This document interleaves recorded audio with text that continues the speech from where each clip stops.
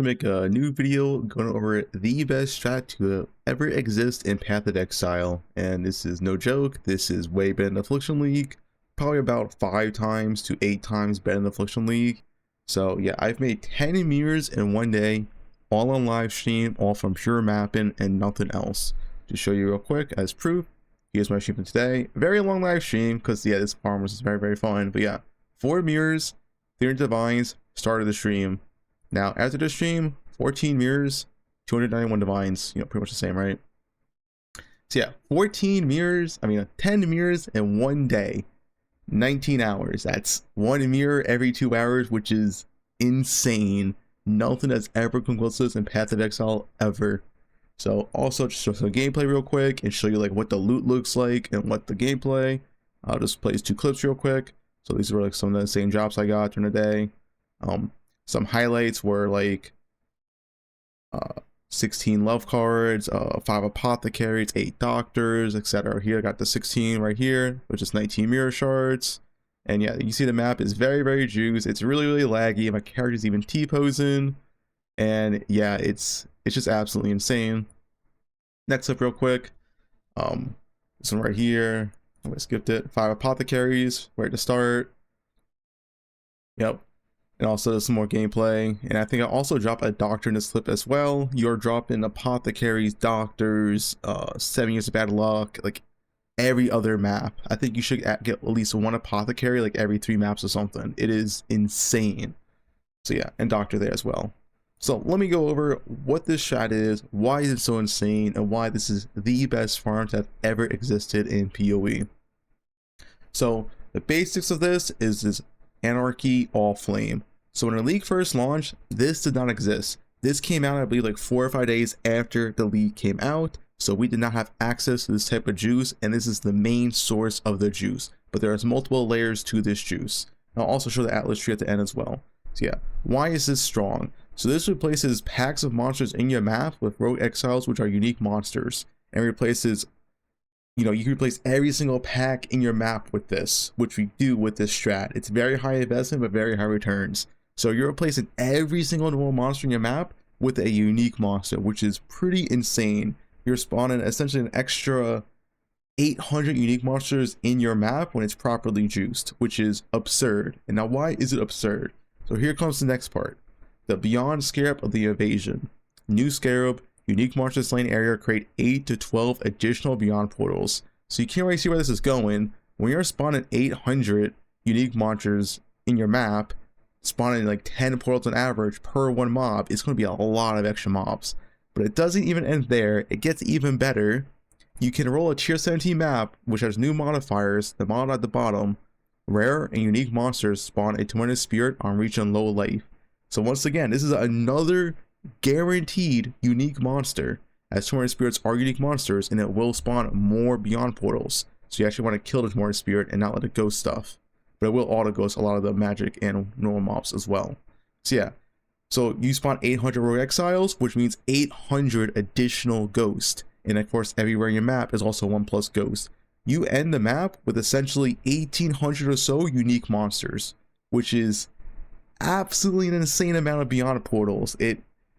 Your map ends up with around anywhere from 15,000 to 25,000 monsters slain, depends how juiced it was. But yeah, that 15,000 to 25,000 monsters slain is more than we ever had in the game before. That's more than like old triple Beyond. It is absolutely insane. You're constantly at like 60 to 90 headhunter buffs.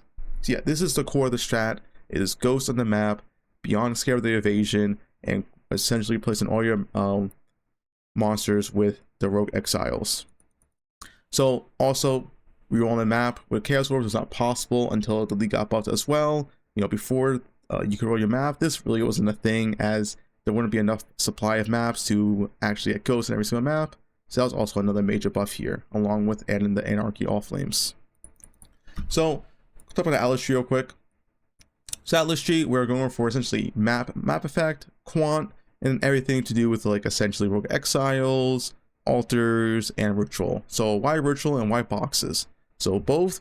So ritual spawns more natural mobs on your map and will also essentially dupe your rogue exiles as you get to kill them again, and then they spawn more ghosts. So you're double dipping. You're getting twice the Rogue Exiles and twice the Ghost, and then twice the Beyond mobs. As when they get respawn with the Ritual, they also spawn another Ghost, and when you kill that, they spawn more Beyond portals.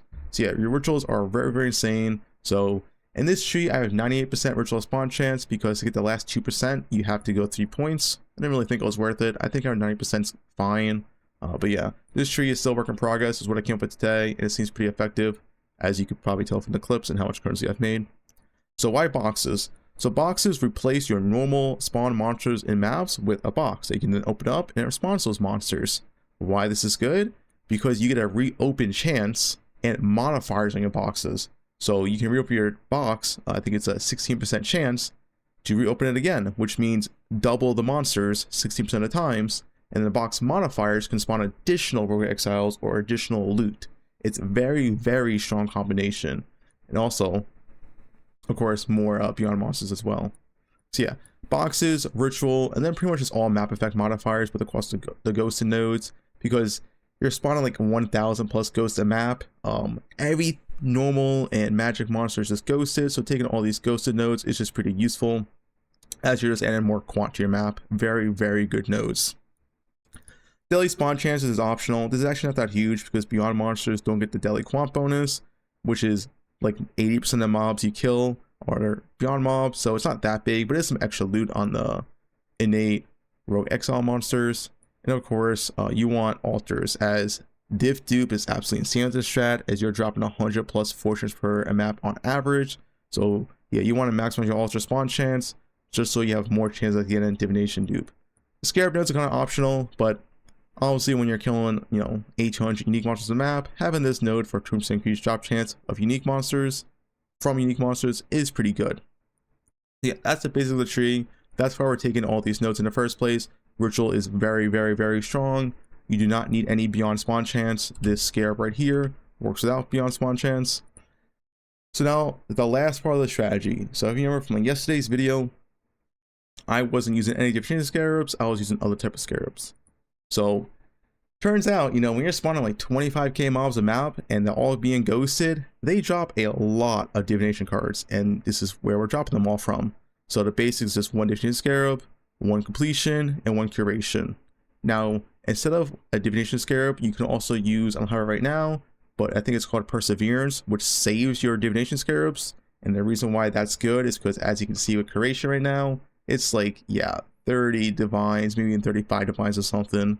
So Perseverance, you can use that over a regular Divination scarab to help you with cost, but it is more worth it to use a Divination scarab.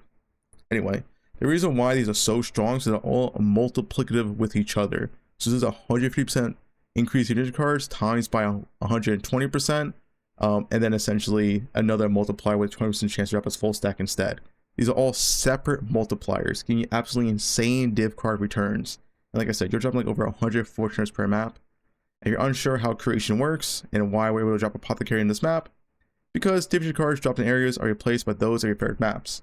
So I'll have this all linked down in the description below with the full Alish Tree and all the favorite maps you want to favorite. But yeah, you have to favorite 12 different maps to maximize your Divination card value. That's how we're able to drop all these high value Divination cards in one map, which is, really, really insane. So yeah, that's pretty much the full strat. Like I said, this is by far the most insane strat ever. You also want to use ambush map device, more Tron boxes, but yeah. I don't know if GG will nerf this. It heavily lags the server and also crashes the server, which means there is a chance GG could nerf this, as they tend to not like crashes. So yeah, I guess one last thing to talk about is Speaker of the Dead node. You can take this to make your maps a little bit easier, as the rares can't be possessed, which can sometimes break you if one big unique gets a 5 possessed. But generally, in my opinion, you get more loot and better loot with not having this, and it is better to have those rares uniques possessed, even if you do lose the ghost. But yeah, that's about it. If you have any questions, feel free to leave a comment below. I'll be streaming this all day pretty much tomorrow as well. And yeah, this is just absolutely insane. Farm 10 mirrors in one day, all on live stream. Pretty much crashed the head into market. Everything is crashing, but hey, it was fun.